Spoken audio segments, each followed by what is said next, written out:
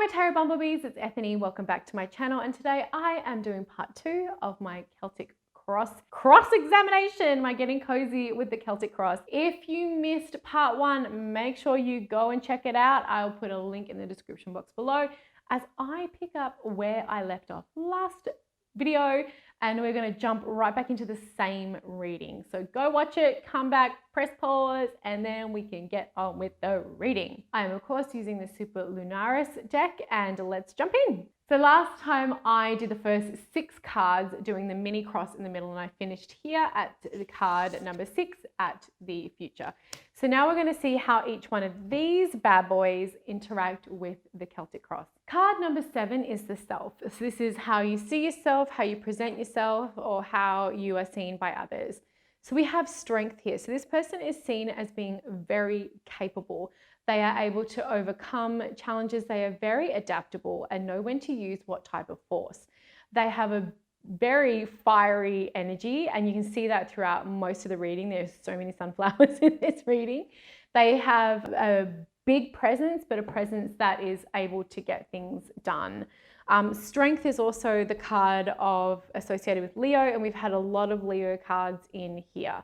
How this person sees himself is very directed and very connected to the Knight of Swords as well, because it is another action card. I like how the future card sits with this, how the person sees themselves and their sort of attitudes and beliefs and how they present themselves, because it shows the inner fire and the inner ability to take action that's also tempered through strength and knows when to do things and when not to.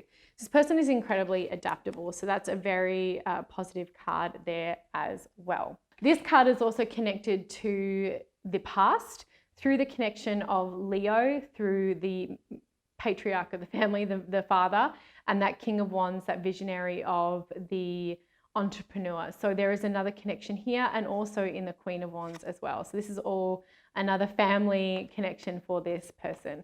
I know I've kind of gone over a number of beats at the same time, but I just wanted to reiterate to go back and see how they all work together when you're doing a reading, and don't just skip over the connection. I've mentioned a number of times, as a tarot professional, it's okay for you to have a moment where you just look at the cards, where there is no words being said from your mouth. It is okay for you to take in the reading, especially when it's a reading this big, and allow it to speak to you before you start speaking to your querent.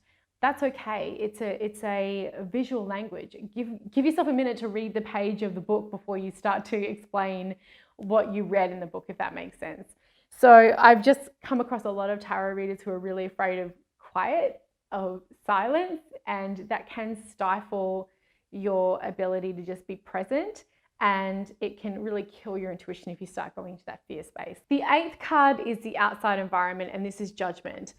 This person is concerned about failing and about the judgment that is going to come from other people through failing, but they know that the call is deep there too. So when you have a look at both sides of judgment, not only are they a little bit concerned about like putting their resources into it, their time into it, showing up. Any person who's running a business and going into an entrepreneurial sort of space knows what it's like to be like fear of success and fear of failure. It's like shit, that everyone, fear of being seen, fear of putting their work out there, you know, all that kind of stuff. That's a real thing.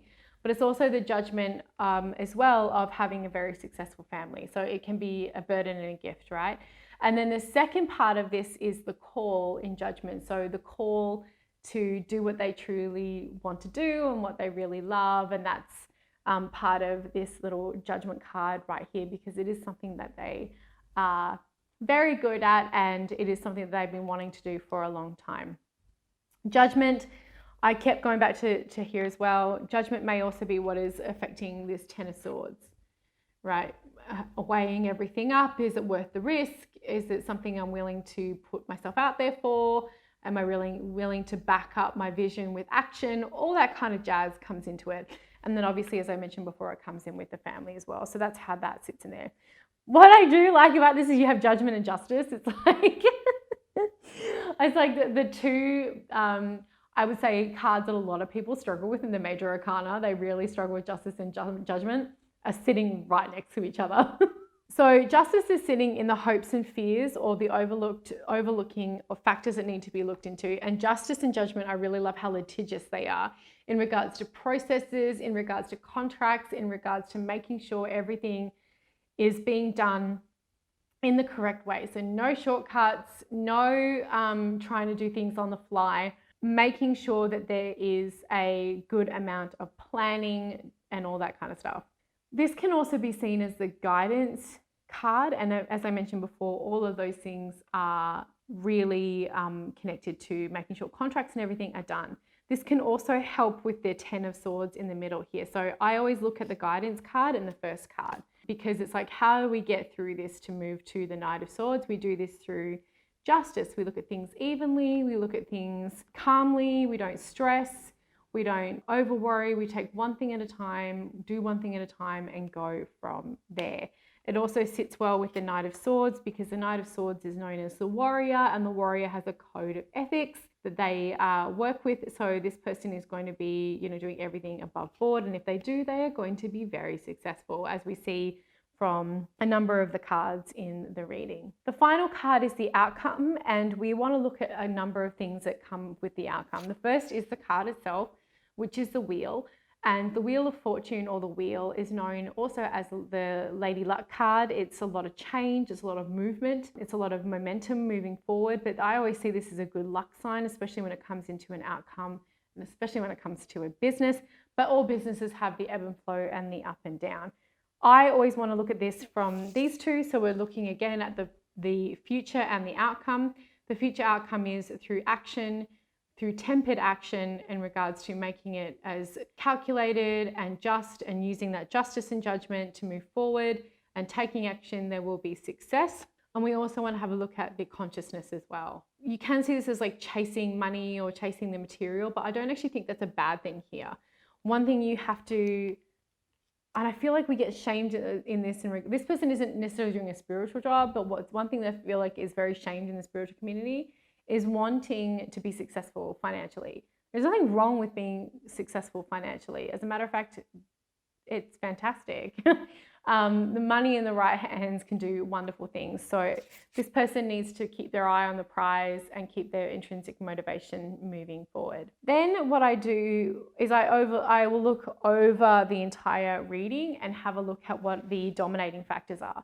Now, I have mentioned this a couple of times, but as we've seen here, there is a lot of fire and a lot of air. There's not one cup to be found, and there is not one pentacle to be found. And for a business reading, that's kind of weird. But we have a lot of major arcana. We've got the Empress, the Wheel, Justice, Judgment, and Strength, and the Sun. So there's a huge amount of major arcana energy here, which means this is a big life choice. This is a big, if this undertaking is going to be taken, there's going to be a major component of their life. So sometimes you can start something and it's a blip on the radar. This reading in this Celtic cross is saying, look, this is all here is all major arcana. Conscious and subconscious, major arcana. This is saying that this whole thing is going to be a big part of this person's life. So when they are going to commit, they have to commit because it's going to be a large piece in, or a large few chapters in the book of their life. Then we have 3 court cards and only 1 minor arcana. So there's a lot of energy going on here, but not a lot of everyday stuff. This is big picture stuff. This is still in the planning. This is still marinating in the universe to become a delicious steak of business. So there's a lot going on. Not a lot of it is grounded just yet, because this is at the very beginning. This is very pie in the sky, looking at things from a very big perspective. But the fact that there's no cups and there's no coins means that there's not a lot of material things going on at the moment. There's not a lot to show for it.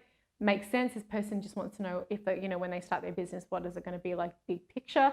So it answers the question completely for the client, because they didn't ask, am I going to make $100,000 in my first year? That wasn't the question. So that's not necessarily a bad thing. You might be like, oh my gosh, where are all the pentacles for a business reading? Every card can be related to a business reading. Every card can be related to a love reading, all that kind of stuff. So this is actually a really positive reading overall. They have the key cards to be, the present is the 10 of Swords. It's the only kind of like pause card. They have a lot of support in regards to their court as well. and a lot of elements are working together to support the reading and the outcome. So make sure you have a look at top heavy as well, like top down, and look at what's going on from an overall perspective for your querent. That is me getting cozy with the Celtic cross. I hope it helped. I hope you found some inspiration as to how to weave through the narrative for people and what to look for in regards to connections. Of course, every tarot reading is going to be different because every querent and question is different. But this is just a way for you to look at the Celtic cross, hopefully in a different way. You want to know how to intuitively read cards for others? Make sure you check out my video right here, and I'll see you all next time.